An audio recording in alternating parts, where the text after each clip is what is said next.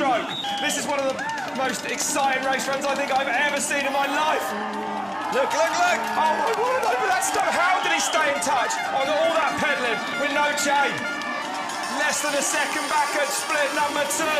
Gwin now comes. How Aaron Gwin did to downhill what Ricky Carmichael did to motocross and supercross. And that is Ricky Carmichael, as we know, completely elevated and changed the sport. People have a tendency to sort of do something in lockstep with what the people around them are doing.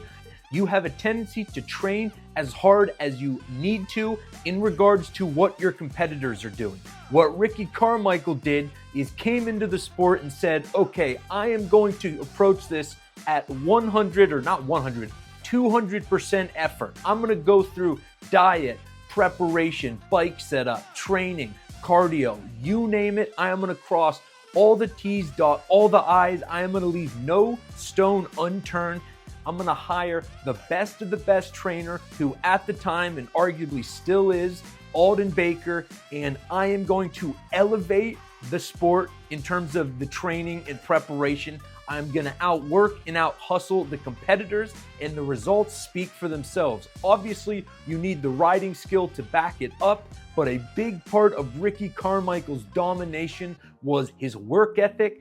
Well, Aaron Gwin did the same thing in downhill, and ironically, the person that he learned from in terms of how to do it is none other than John Tomac and Eli Tomac. So, Aaron Gwin is the most successful American downhill racer of all time, one of the greatest ever, and similar to Ricky Carmichael, he dominated World Cup downhill racing for, I would say, 6 or 7 years, winning 5 overalls and almost 20 wins. Don't quote me on that, but needless to say, he is one of the best ever. He won by margins that were unprecedented at the time, 6 seconds, 7 seconds. But the person and the place where he learned how to approach the sport in the same way that Ricky Carmichael did was none other than John Tomac and Eli Tomac. You heard that right. Aaron Gwin trained at the ranch with John and Eli Tomac for the 2011 downhill season.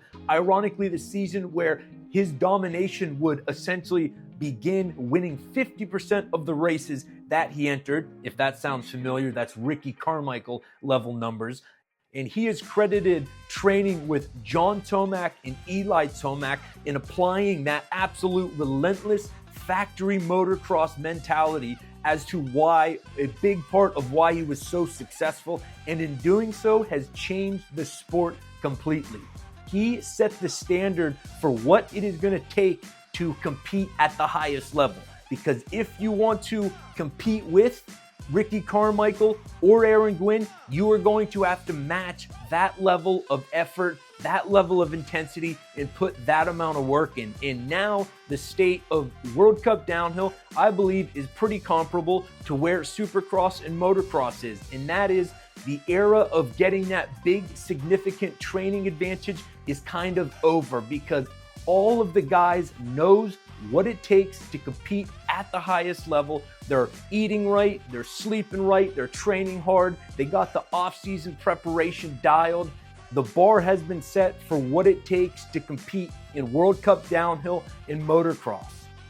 So I thought that was a interesting little tidbit. I believe I know a lot of Supercross and motocross fans are relatively familiar with downhill, but I would imagine it is news to a lot of people that he actually trained at the ranch with John Tomac and Eli Tomac, and really that is where he really began to sort of understand what it's going to take to really elevate himself in the sport of downhill like Eli and Ricky Carmichael did in motocross and supercross. So let me know what you guys think. Do you guys watch downhill, ride mountain bikes, ride downhill bikes? I know this channel, I mostly talk about supercross and motocross, but I believe mountain biking, especially downhill, is two sides to the same coin. And I thought that was a kind of interesting comparison, because I do believe Aaron Gwin pretty much did to downhill what Ricky Carmichael did to motocross.